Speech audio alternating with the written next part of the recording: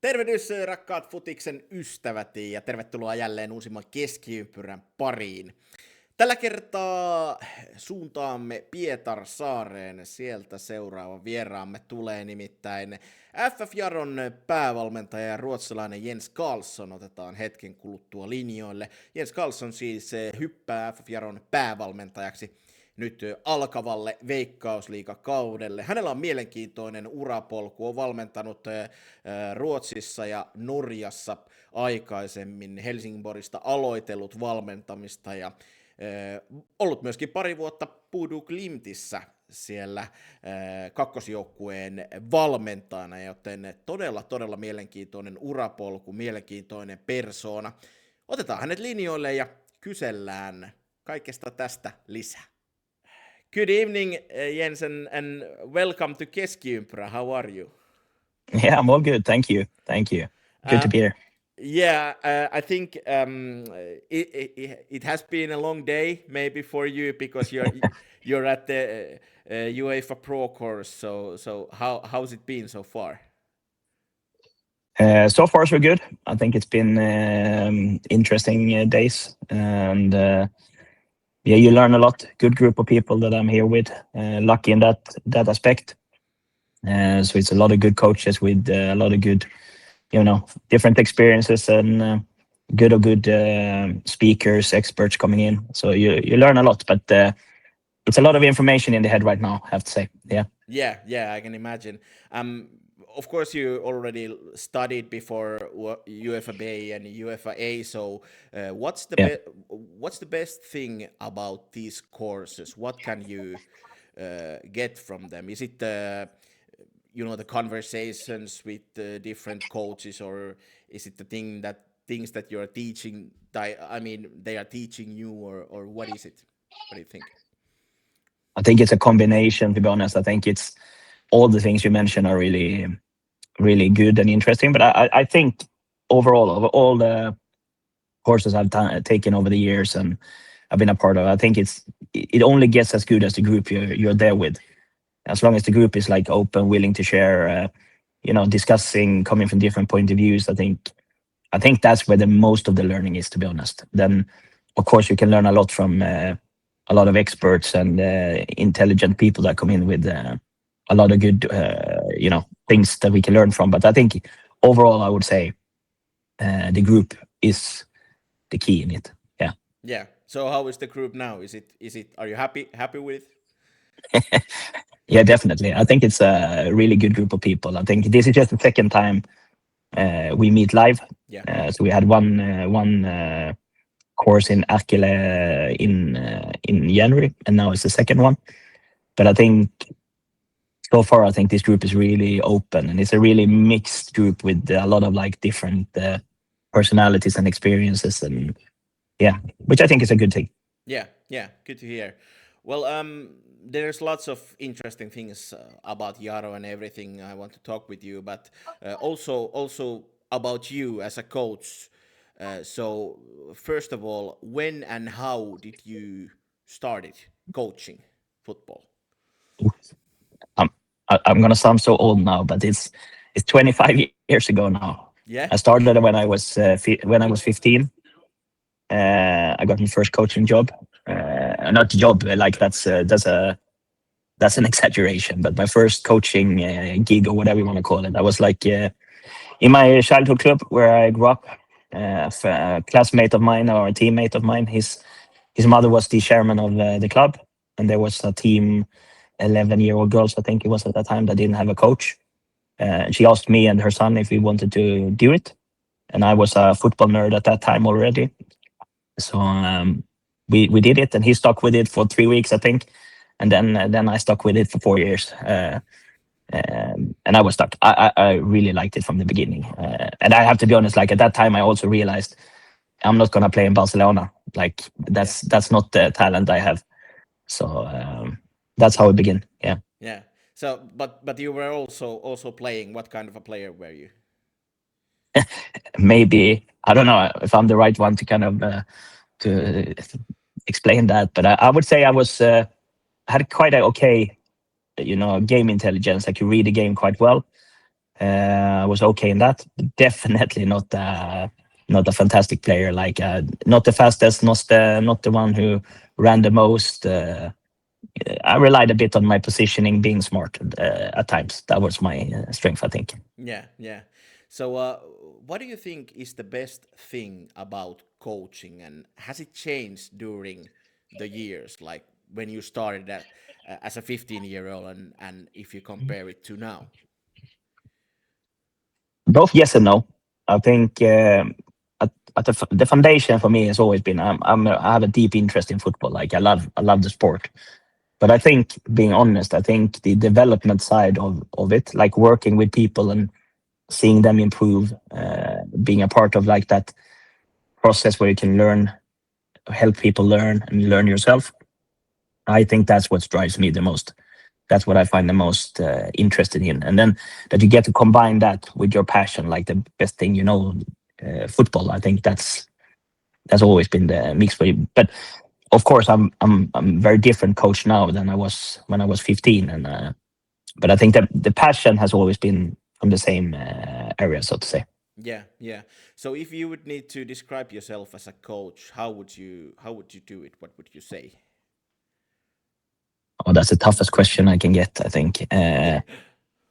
Honestly, I think it's really difficult to go kind of describe yourself, because Mm. I mean I can think one thing in my head, but the players or the people I work with might think differently. But I think I'm very structured as a coach. I don't like leaving stuff for chance. If I can prepare, if I can be a step ahead, I like to be that, because I think for me that's a way of, when I know I prepare the best, then I can, like almost then it's easier for me to kind of focus on the other things when the training goes, because then I know I've kind of planned and done all I can to make that session as good as possible. But so structure, I would say, I'd say hopefully, players I've coached over the years would say I'm quite easy as a person. I don't want to be more complicated than I need to be. Like I don't think there's any point in being something you're not. Like I want to be easy. I want to be easy to talk to and work with. I don't know if I am, but I hope I am. Um, so yeah, and then also I think the players I've had over the years would say I'm a bit of a football nerd. So that's a given, I think. Yeah, yeah. Okay. So, when I was looking at your CV, so to speak, uh, I see that you have worked as an assistant for these legends like Ulf Mellberg, Henke Larsson.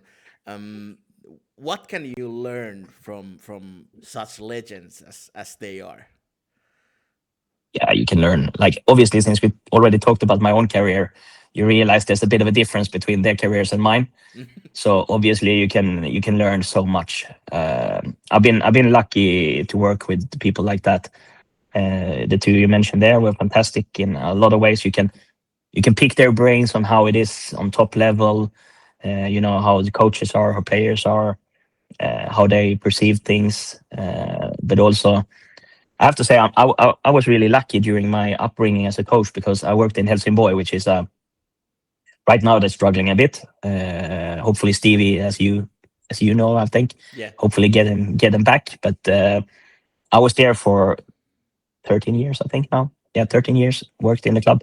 So I was with the highs and the lows. But I was lucky in the sense that all of those years, there were a lot of really good coaches in the club coming in and out. You have a lot of like, so you have Åge Hareide, who sadly passed away not long ago, who was there for some parts. You have Stuart Baxter, you have Henrik Larsson, as you mentioned, you have Olof Mellberg, you have Per-Ola Ljung, a lot of like Peter Gerhardsson, who was the women's national team coach for Sweden just a couple of years ago now, was there. So it's been like, that this amount of coaches that you can actually, see close by and learn of, which I think that was really good for me.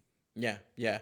Uh, do you have like a coach? I mean, maybe from another team or someone who you work with that you're really like looking up to, or want to repeat something they are doing or has been do you have anything like that?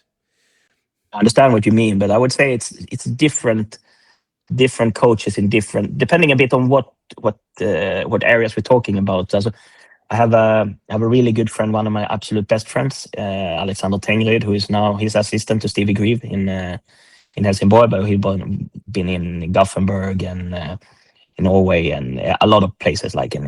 He's really really good. I talk a lot about football with him. We have a lot of different opinions about it, but like we work together a lot of years. We kind of we know how we are, and we can discuss everything. But then obviously, like for example, if I'm thinking about culture and leadership and stuff like that, Kjetil Knudsen in Bodø/Glimt is a big inspiration. The 2 years I was in Bodø/Glimt, I was lucky enough to be in the under-19 coach when he obviously was in the first team. So I got to see firsthand how he works with that, and that was a really like big impression on me on some parts. And then, like I said, all the coaches there I mentioned before, I learned so much from. And then there's a different, like Henrik Jensen, who I was assistant to in Kalmar, for example. Him I speak with almost every week and talk about football, talk about leadership, talk about everything because we're really close. And obviously now he's in the Premier League as an assistant there, so I can learn so much from how they work and how they operate, and we can discuss back and forth. So it's different people when it comes to different things. But I'm lucky that I have a good network with a lot of good people I can learn from. Yeah. Yeah, yeah, and like you said, you worked at Bodø/Glimt, a club that is on everyone's lips at the moment. So Yeah. so I need to ask you, of course, first of all, what kind of an experience was it to be there and really witness everything so close? No, it was fantastic. I was lucky because I got the job, like I think in October 2020, and I started in January 2021. And they just won the league there 2020. So when I came in 2021, that was like then the journey has just begun basically. Yeah, That's like when it's taken off. So my timing of stepping in, I think, was really really good because I got to be a part of how do you put it, like the journey they started to be on, and also get to see firsthand how they kind of developed that culture and that the training culture and that group and all the things they did over time under the 2 years I was there. So that was truly something special. I have to say, like I've been in different clubs and different environments, and but what they've done there is just it's insane when you look at like what the facilities are, what the region is, and it's just so impressive. yeah, yeah. Why do you think that Bodø/Glimt is doing so amazingly at the moment, and shouldn't everyone be copying this? I think that's a good question. And I think if you go back to where it began, like just before I came in, and it began already.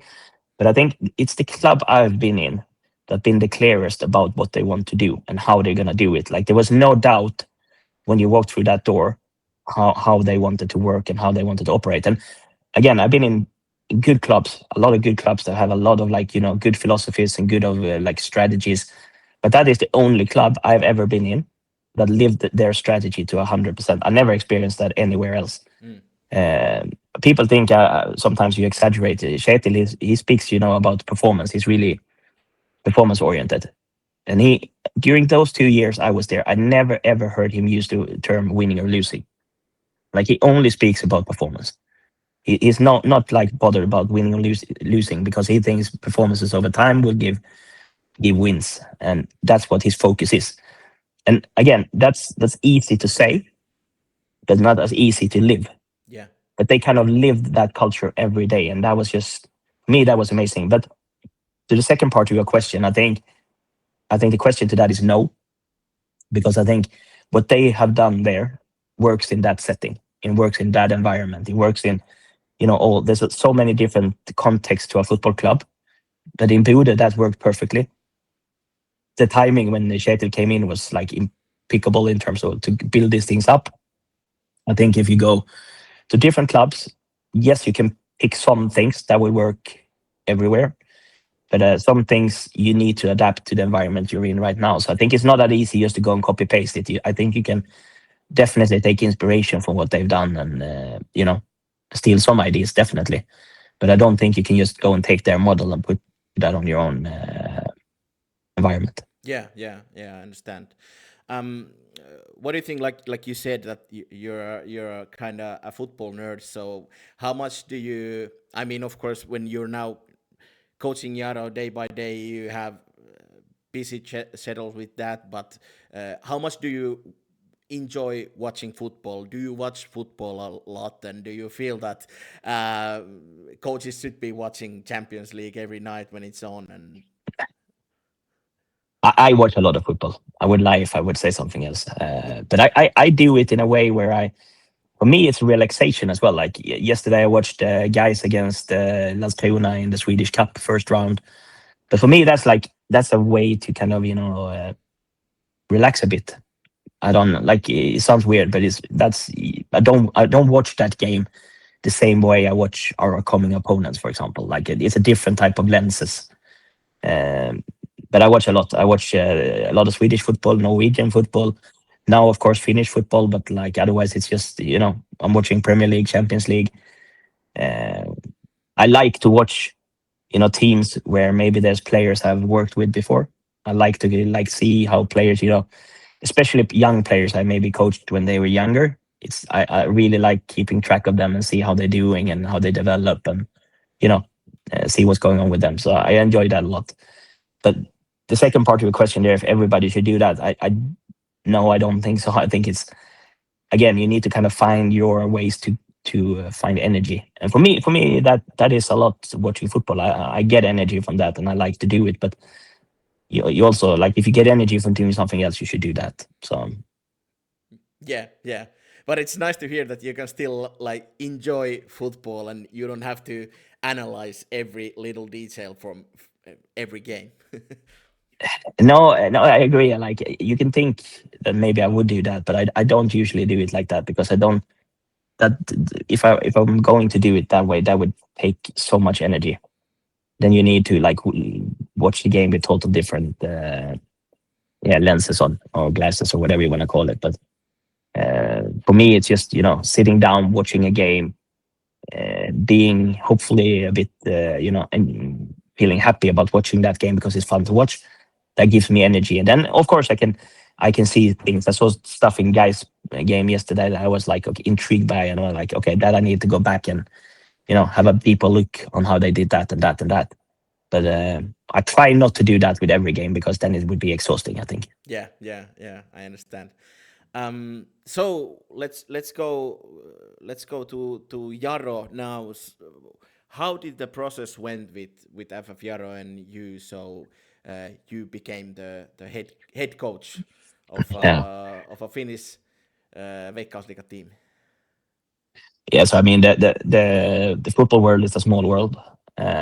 It's I mean the connection with Yao goes through Simon's club. Yeah, That's like my first contact with Yao in terms. Oh, not that's not really true. I also when I worked in Helsingborg, I came across Fredrik Svanbeck, of course, was also a Yao product and his sons. But this time around, it was when I worked in Kalmar 23-24. Obviously, Simon was playing there, and we got a good relationship. Simon is also one that likes to talk about football and likes to do stuff. So we discussed a lot of like players, football, how I saw things, how he saw things. So that's like, I think that's where the relationship with how I came up in the discussion in Jaro is through that way, I would say. And then to be fair, like Simon was not involved in the process. Like when that started, Simon wasn't, as far as I know, at least, wasn't a part of that. That was with like the board and other people in the club. So yeah, that was how it came about. Yeah, yeah. So, what has been the first impression? Of course, you've been there for a few months now, but what's the impression so far about the club and everything? So far, I'm really pleasantly surprised by a lot of things. I think first of all, I think what's the most important to me is like the day to day. How do you call it? Like the facilities, so you can train in a good way, and I think they are really really good. I mean, we have a new stadium. We have the hall, inside hall, just like 100 meters from that stadium. We have a good gym. We have everything we need to be able to conduct a good environment day to day. So I think that's been maybe the most important thing so far. And then I think I don't know, like if I'm otherwise, I think if you look at the city, maybe it's also been a positive experience. It's a small city, of course, but it's got everything you need, everything you want. Good people, like I think that's the most important thing when you come anywhere. Like that the people you work with, both in the club and outside the club, you can feel the interest. You can feel that it is a football city. Like there's so. We played games down in Tellus, not this weekend, but I've never seen more than 100 people like being inside the hall before we even started warming up. But there's like, they wanted to secure good seats, I was told, but like you can feel that interest, and that I think is very positive. Yeah, yeah. So have you seen anything about like the club culture or the culture how you train that maybe has been done in some ways, and do you see that you want to change it a lot? I don't think of it that way, to be honest. I think it's what's been done was obviously very successful. If you look at the season they had, I think that was really, really good. Like it's an impressive season. All they did is, I mean, it would be stupid of me of coming in saying like that was shit or they need to like change. Like I don't know. I have my way of doing it. The way I like to train, the way I like to play or try to play. And I think that's what I need to focus on. Not so much what they did. Obviously, I've been speaking with the players and kind of heard what they liked and maybe what they felt like we could do a little bit differently and stuff like that. But overall, the biggest thing is, as a head coach, you need to kind of believe in what you think are the right things. So the way I want to train is what I need to kind of work with every day. And if that's a big change or not, I don't know, because I don't like comparison. I don't like to compare. I don't think there's any reason for it, to be honest. Yeah, yeah, yeah. And like you said, that Jaro last year it was a newly promoted team, and I think everyone like outside Pietarsaaren were expecting them to maybe go down or Yeah. struggle to stay up, but they did amazingly. So how do you see the situation now, like before this season? Because now when you do well, they usually the expectations they go even higher. Yeah. Yeah, and I like that. I mean, it's a positive thing. It would be much more boring, and if no one kind of give a damn about how we were doing, or if no one had expectations of what we're gonna do. I think it's a positive thing that you have expectations. So we cannot see that as a something bad. That's a good thing. I mean, the club has done well. That's why the expectations are there. So I think that's just a positive. That's the way I look at it. That being said, of course, it's like for us, it's really, really important to kind of use every day the best we can to become a little bit better than we were the day before, to move that, the way we want to play, the way we want to behave, the way we want to look as a football team. We need to, push that every day, and not think too much about what's going to happen in October, or like focus on what you can do something with, and that's here and now. I think that's the key thing. Yeah, yeah. Well, at the moment we are in the end of February. So, what do you think at the moment? How many players are still coming into the team, or how do you see the situation at the moment? I would say we're looking for definitely one more, and then depending on different things, it might be one more above that. But I'd say one more at least. Yeah. Yeah. On which position? Mainly now we're looking for an offensive player. That's where we have a spot right now. So that's the first priority, to see if we can find something in those positions. Yeah. All right. Well, I need to ask this because everyone is excited and talking about Rudi Wikström at the moment. I don't know, because some of the coaches don't want to speak about individuals. I'm not sure what's your opinion about it, but I need to ask, how do you see him as a coach? Because he is an exciting prospect, one of the most Yeah. exciting things we are seeing now in Finnish football. Yeah, I'm not surprised you want to talk about him. That was not a shocker. Yeah. I was kind of prepared for that. No, but I think if you have a player like Rudy in Jaro, you should be really proud of that. Like that's not something we should hide or something we should feel like we don't want to talk about. I mean, we have a really good player, but I have to say, like, I think the thing with Rudy is that really strikes me is that he works so hard and he's so humble. Obviously, like, imagine yourself being 18 years old and all of this talk around and dit and that club or all the things going on around you. I think the way he's handled himself, and again, I can only speak for the period I've been here, but for that period, I think he's been amazing in the way he conducts himself in the day-to-day business and how he works every day. And I think, like, I spoke with Rudy a couple of times about it, and I think the thing with him is that when I said to him one time, I was really impressed that he kept his focus, and he was like, he almost looked surprised, like he doesn't know anything else, if you know what I mean. And I love that, like, that for him, that's a given. Like, I will always, like, be focused and concentrate and do my best. And I think that's the mentality that has brought him forward now, like that kind of the way he is. So yeah, he's exciting. He's, for being 18 years old, he's the way his finishing skills are at a high level. Like the way he moves in the box, the way he can finish in different ways, 1 touch, 2 touches, left to right head. I think he's at a high level. Then I think Rudy has some other things he needs to still develop, and which is a given when you're at that age. But yeah. How do you see his role? Because as we know, he's still so young, but still he has shown that he can play on this level.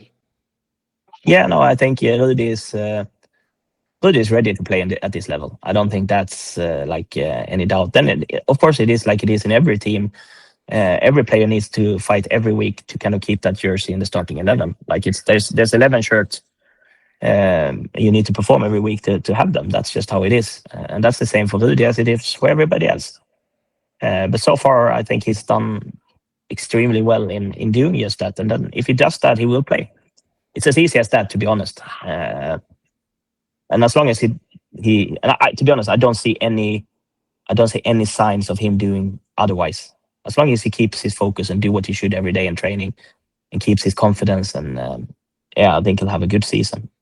Yeah, and young striker who can score goals, of course, that's gonna. It is interesting for every club, like from Europe. So, how do you think, or what do you think? How long can we enjoy to see him in Veikkausliiga? Yeah. I don't know. Like I would say enjoy it as long as it lasts.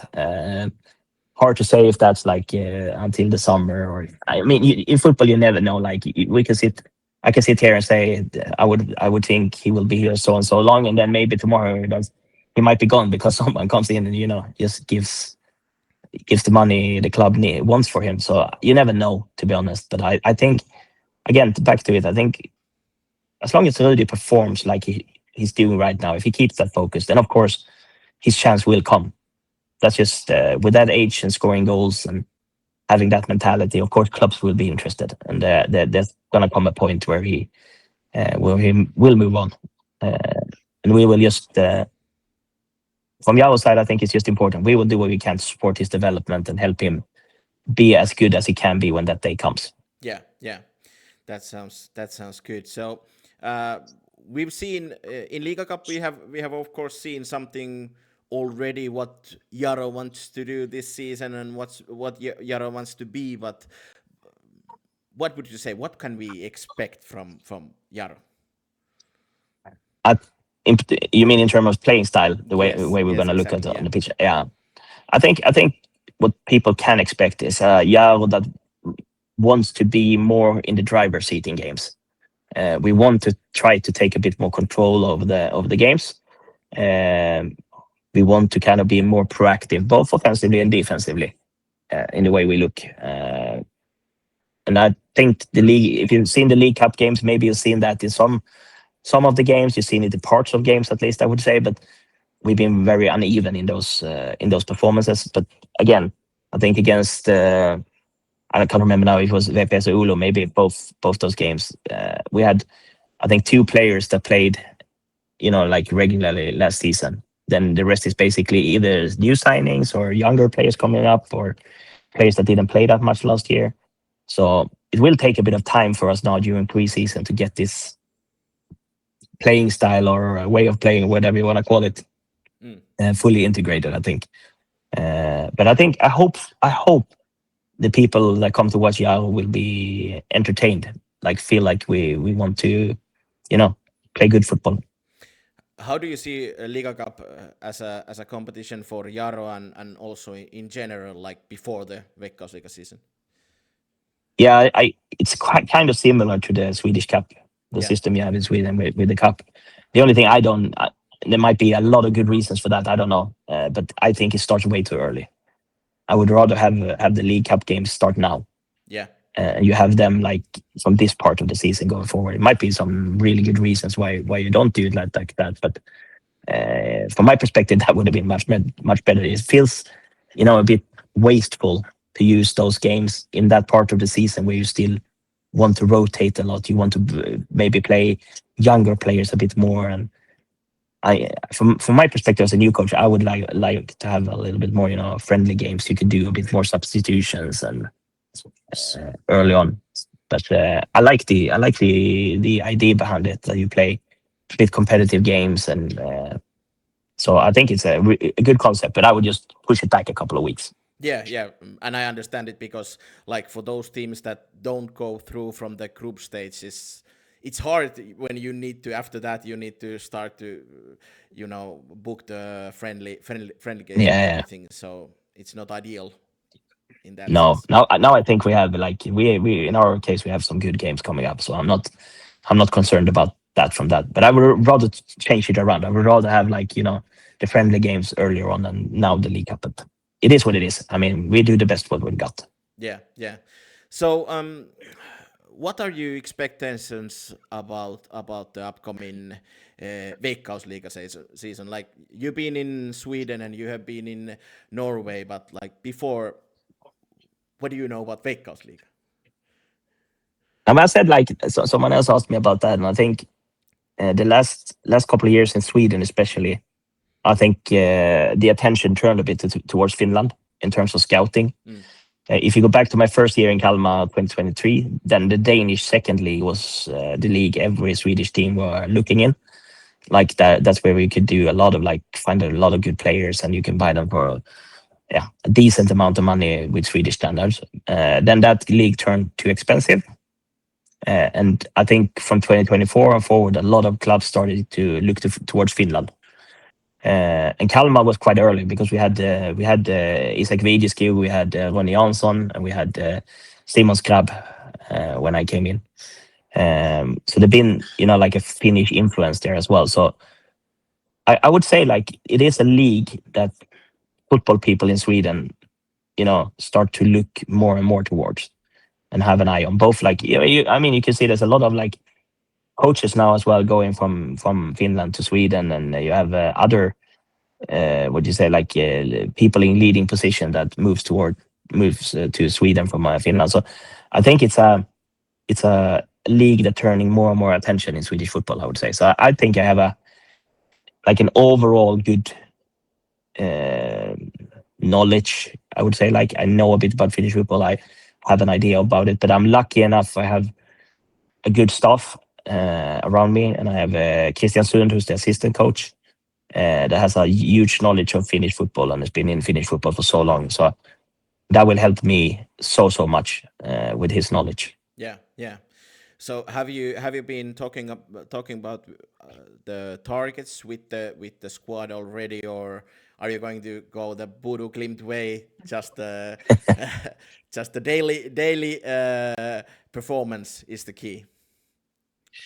No, we haven't discussed anything about if you're talking about some spot in the league we want to go for. But I think that is something we will do later on, set some targets. But I think you can definitely do that. You can say we want to be this or that, or we want to be in this position or whatever. But I think the key thing is to understand what you need to do to achieve them. I mean, we can go into that meeting and say we want to be number 4 in top 4 in Finnish football, but then you need to understand what is behind that. How does everyday operations need to be? How do we need to train? How do we need to play? And I think that discussion is something we will have with the players now in March, I think, because January, February is also you're setting the squad, you wanting all the players to be there and get to know each other before you kind of get into that. At least that's been my way of doing it. So I think that will be the aim. But also to all jokes aside, I honestly I think if you want to be successful, I think you need to have that mentality that the next training is the most important thing you do. If you start to think on Monday what you're going to do on trainings as a player or coach, you start to think about the next day before the first day is done, I think you're maybe losing a sight of what's important. Not as a coach, obviously you have a week plan or month plan or stuff like that, but the focus on a Monday, the most important thing you're going to do that day is the training. And then your energy needs to go towards that and make sure that is as well prepared and thought through and as it possibly can. Yeah, that's well said. So for you personally, is there something you're really looking forward to about this regarding the season? I just noticed that it's a bit over a month and it's already starting. It feels weird when you look out from the window, Yeah. but it's coming. It's coming. Yeah. No, I have to be honest. I'm really excited about the first home game. That I'm looking forward to. Really, that feeling of something new, a league starting. There's nothing that really beats that feeling. Yeah. That and being head coach for your team and standing there with the players and stuff and the supporters. I'm really looking forward to that. That will be a highlight for sure. But besides that, I'm really looking forward to getting to know Finnish football and see the different teams and the way different clubs play and how they operate and what they prioritize. And I think I will learn so much this season, and I'll grow so much as a coach from being in this environment. So that I'm really eager for that, and really looking forward to the season. Yeah, that sounds good. And also, what you should be looking forward to is the derbies. I checked my calendar, and then I'm going to commentate the derby against VPS. Is it the second round already? So I'm excited about that. It's gonna be great. Me as well. That will be amazing. I mean, derbies are special. It's just something else. So I'm really looking forward to that as well. That's a good point. Definitely. Yeah. Well, hey, thank you a lot, Jensen, that you visited Keskiympyrä. It was nice to meet you and hear your story about how you became a coach and how you are in Finland now. So I'm looking forward to see more from you and Jaro, what you are doing this upcoming season. So thank you and all the best. Thanks a lot. It was nice. Thank you. It was a pleasure. Hope to be on sometime soon as well. Yeah. Anytime and Good. enjoy the course. I will. Okay. Thank you. Bye. Take care. Bye. Iso kiitos vielä Jens Karlssonille vierailusta Keskiympyrässä. Ja oli kyllä mielenkiintoinen kuulla hänen tarinansa siitä, miten hän on ylipäätään jalkapallovalmentajaksi päätynyt ja minkälaisen polun hän on tähän mennessä kulkenut. Ja tosiaan FF Jaro viime kaudella loistavaa tekemistä. Mitä nyt sitten tapahtuu uuden valmennuksen alaisuudessa, sitä jäädään odottamaan. Tässä oli kaikki Keskiympyrästä tällä kertaa, mutta ei mitään hätää, uusi jakso on ja piakkoin eetterissä, joten ei muuta kuin ensi kertaan, nyt se on moi moi!